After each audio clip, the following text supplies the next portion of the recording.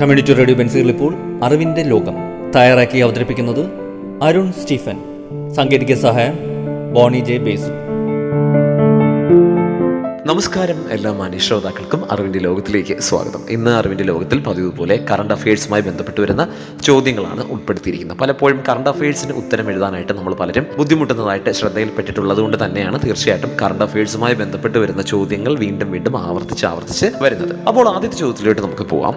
ഏത് രണ്ട് രാജ്യങ്ങൾ തമ്മിൽ തർക്കമുള്ള പ്രദേശങ്ങളാണ് നാഗർണോ കരാബാക്ക്? ഏത് രണ്ട് രാജ്യങ്ങൾ തമ്മിൽ തർക്കമുള്ള പ്രദേശങ്ങളാണ് നാഗർണോ കരാബാക്ക്? ഉത്തരം അർമേനിയയും അസർബൈജനും തമ്മിലുള്ള, അല്ലെങ്കിൽ ഈ രണ്ട് രാജ്യങ്ങളും തമ്മിൽ തർക്കമുള്ള പ്രദേശമാണ് നാഗർണോ കരാബാക്ക് എന്ന് പറയുന്ന പ്രദേശം. അർമേനിയയ്ക്കും അസർബൈജനും ഇടയിൽ തർക്കമുള്ള തെക്കൻ കോക്കസിലെ ഒരു ഭൂപ്രദേശമാണ് ഇവിടം. മുൻപ് സോവിയറ്റ് യൂണിയന്റെ ഭാഗമായിരുന്ന നാഗർണോ കരാബാക്കിന്റെ നിയന്ത്രണത്തിന് വേണ്ടി ഇരു രാജ്യങ്ങളും കഴിഞ്ഞ 35 വർഷക്കാലമായി പോരാട്ടം നടത്തി എന്നുള്ളതും ചരിത്രപരമായിട്ടുള്ള ഒരു വസ്തുത തന്നെയാണ്. കൂടാതെ ലാച്ചിൻ ഇടനാഴിയുടെ തുടക്കത്തിൽ അസർബൈജാൻ അടുത്തിടെ ഒരു ചെക്ക് പോയിന്റ് സ്ഥാപിച്ചു എന്നുള്ളതും വാർത്തകളിൽ വളരെയധികം ഇടം പിടിച്ചിട്ടുള്ള ഒരു ന്യൂസ് ആയിരുന്നു. അർമേനിയക്കാർ ആർട്സാക്ക് എന്നും വിളിക്കുന്ന ഇവിടം തെക്കൻ കോക്കസിലെ കരകളാൽ ചുറ്റപ്പെട്ട ഒരു പ്രദേശം കൂടിയാണ്. ഈ പ്രദേശം കൂടുതലും പർവ്വത പ്രദേശങ്ങളും വനപ്രദേശങ്ങളുമാണ് എന്നുള്ളത് മറ്റൊരു വസ്തുതയാണ്. ഇനി കൂടാതെ തർക്കപ്രദേശം കൂടിയായ ഇവിടം 1994 യുദ്ധം അവസാനിച്ചതിന് ശേഷം അർമേനിയയിലെയും അസർബൈജാനിലെയും ഭരണകൂട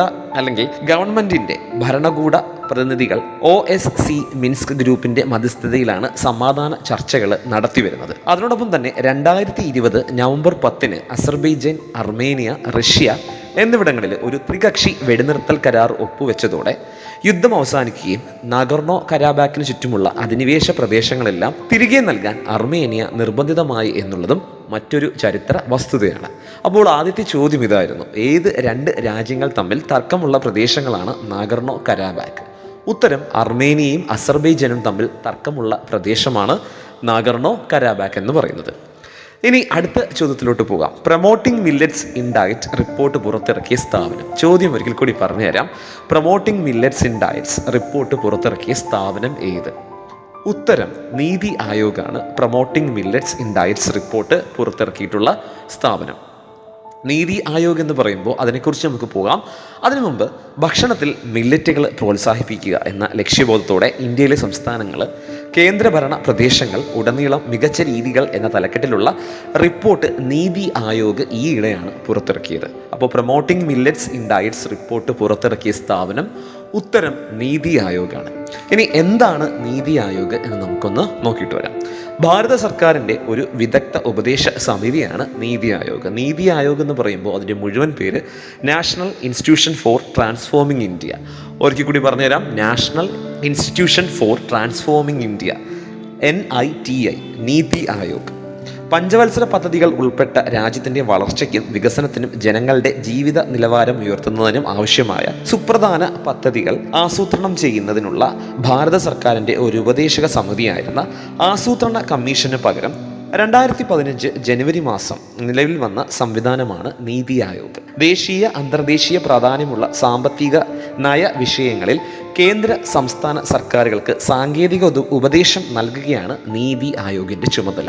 അപ്പോൾ നീതി ആയോഗ് എന്ന് പറയുന്നത് ഭാരത സർക്കാരിന്റെ ഒരു വിദഗ്ധ ഉപദേശ സമിതിയാണ് നീതി ആയോഗ്. മുഴുവൻ പേര് എന്ന് പറയുന്നത് നീതി ആയോഗാണ്. ഇംഗ്ലീഷിൽ national institution for transforming India എന്നാണ്, NITI എന്നാണ് ഇംഗ്ലീഷ് ചുരുക്കപ്പേര്. പഞ്ചവത്സര പദ്ധതികൾ ഉൾപ്പെട്ട രാജ്യത്തിന്റെ വളർച്ചയ്ക്കും വികസനത്തിനും ജനങ്ങളുടെ ജീവിത നിലവാരം ഉയർത്തുന്നതിനും ആവശ്യമായ സുപ്രധാന പദ്ധതികൾ ആസൂത്രണം ചെയ്യുന്നതിനുള്ള ഭാരത സർക്കാരിന്റെ ഒരു ഉപദേശക സമിതിയായിരുന്ന ആസൂത്രണ കമ്മീഷന് പകരം 2015 ജനുവരി മാസം 1 നിലവിൽ വന്ന സംവിധാനമാണ് ഇത്.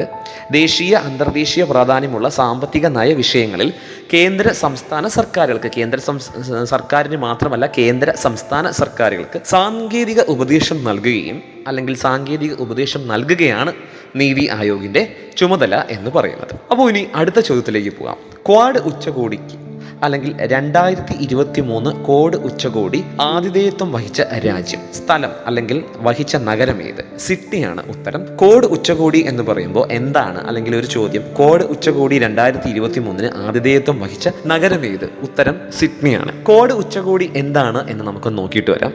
കോഡ് ഉച്ചകോടി എന്ന് പറയുമ്പോൾ 2023 ഈ വർഷം മെയ് 24 സിഡ്നിയിൽ വെച്ചാണ് സംഘടിപ്പിച്ചത്. കോഡ് രാജ്യങ്ങളിലെ നേതാക്കൾ തമ്മിലുള്ള മൂന്നാമത്തെ കൂടിക്കാഴ്ചയാണ് ഈ ഉച്ചകോടി എന്നുള്ളതും മറ്റൊരു പ്രത്യേകതയാണ്. ക്വാഡ് ഗ്രൂപ്പിൽ US, ഓസ്ട്രേലിയ, ഇന്ത്യ, ജപ്പാൻ എന്നീ രാജ്യങ്ങളിലും ഉൾപ്പെടുന്നുണ്ട്.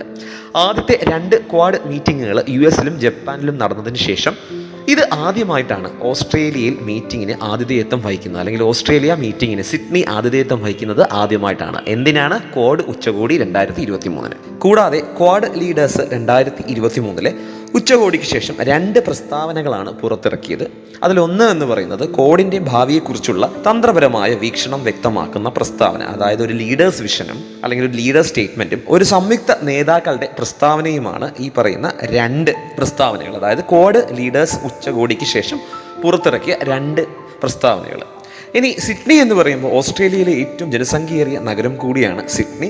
കൂടാതെ ന്യൂ സൗത്ത് വെയിൽസ് സംസ്ഥാനത്തിന്റെ തലസ്ഥാനം കൂടിയായിട്ടുള്ള പ്രദേശമാണ് സിഡ്നി. സ്ഥാപിതമായത് 1788 ജനുവരി മാസം 26. കൂടാതെ ഓസ്ട്രേലിയയുടെ തെക്ക് കിഴക്കൻ തീരത്താണ് സിഡ്നി സ്ഥിതി ചെയ്യുന്നത് എന്നതും മറ്റൊരു വസ്തുതയാണ്. അപ്പോൾ ക്വാഡ് ഉച്ചകോടി 2023 ആതിഥേയത്വം വഹിച്ച നഗരം ഉത്തരം സിഡ്നിയാണ്. ഇനി അടുത്ത ചോദ്യത്തിലോട്ട് പോകാം. ബഹിരാകാശ നടത്തം ഏറ്റെടുത്ത ആദ്യ അറബ് വംശജനായ സുൽത്താൻ അൽ നെയ്തി ഏത് രാജ്യക്കാരനാണ്? അല്ലെങ്കിൽ അദ്ദേഹത്തിന്റെ പേര് അൽ നെയ്തി എന്നാണ്. അദ്ദേഹം ഏത് രാജ്യക്കാരനാണ്?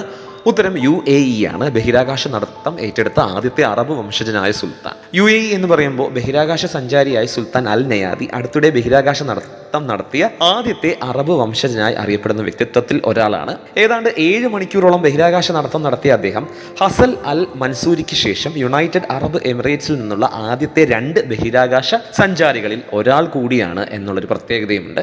41-കാരനായ അദ്ദേഹമാണ് UAE ബഹിരാകാശ സഞ്ചാരിയായ സുൽത്താൻ അൽ നയാദി. ഇനി അദ്ദേഹത്തിന്റെ ജനനം എന്ന് പറയുന്നത് 1981 മെയ് മാസം 23-നാണ്. അൽ ഐനിലാണ് അദ്ദേഹം ജനിച്ചത്. വലിപ്പത്തിന്റെ കാര്യത്തിൽ ഐക്യ അറബ് എമിറേറ്റിലെ 4ാമത്തേതും അബുദാബി എമിറേറ്റ്സിലെ 2ാമത്തേതുമായ പട്ടണമാണ് അൽ ഐൻ എന്ന് പറയുന്നത്. നഗരത്തിന്റെ പച്ചപ്പ് കാരണം പൂന്തോട്ട നഗരം അഥവാ ഗാർഡൻ സിറ്റി എന്ന പേരിലും ഈ നഗരം അറിയപ്പെടുന്നുണ്ട്. ബഹിരാകാശ നടത്തം ഏറ്റെടുത്ത ആദ്യത്തെ 2 അറബ് വംശജനായ വ്യക്തികളിൽ ഒരാളായ സുൽത്താൻ അൽ നെയ്തി ഏത് രാജ്യക്കാരനാണ്? ഉത്തരം UAE ആണ്. ഇനി അവസാനത്തെ ചോദ്യത്തിലോട്ട് പോവാം. ഈയിടെ വാർത്തകളിൽ ഇടം പിടിച്ച ഡെനിസോവ ഗുഹ ഏത് രാജ്യത്താണ് സ്ഥിതി ചെയ്യുന്നത്? ഈയിടെ വാർത്തകളിൽ ഇടം പിടിച്ച ഡെനിസോവ ഗുഹ ഏത് രാജ്യത്താണ് സ്ഥിതി ചെയ്യുന്നത്? ഉത്തരം റഷ്യൻ സൈബീരിയയിലെ അൽത്തായ് പർവ്വത നിരകളിൽ സ്ഥിതി ചെയ്യുന്ന ഒരു ചരിത്രാതീത ഗുഹയാണ് ഡെനിസോവ. ഏതാണ്ട് 32,000 വർഷം പഴക്കമുള്ള ഒരു ചരിത്രാതീത കുതിരയെയും ഈ ഗുഹയിൽ നിന്ന് കണ്ടെത്തിയിട്ടുണ്ട് എന്നുള്ളതും മറ്റൊരു പ്രത്യേകതയാണ്. ഇനി ഇതര നാമം എന്ന് പറയുന്നത് ഐതാഷ് എന്ന പേരിലാണ് ഇത് അറിയപ്പെടുന്നത്. സ്ഥാനം സോളോനെഷൻസ്കി ഡിസ്ട്രിക്റ്റിലാണ്, അൽത്തായ് ക്രൈയിലാണ് ഇത് സ്ഥിതി ചെയ്യുന്നത്. പ്രദേശം റഷ്യയാണ്, സൈബീരിയയിലെ റഷ്യയിലാണ്.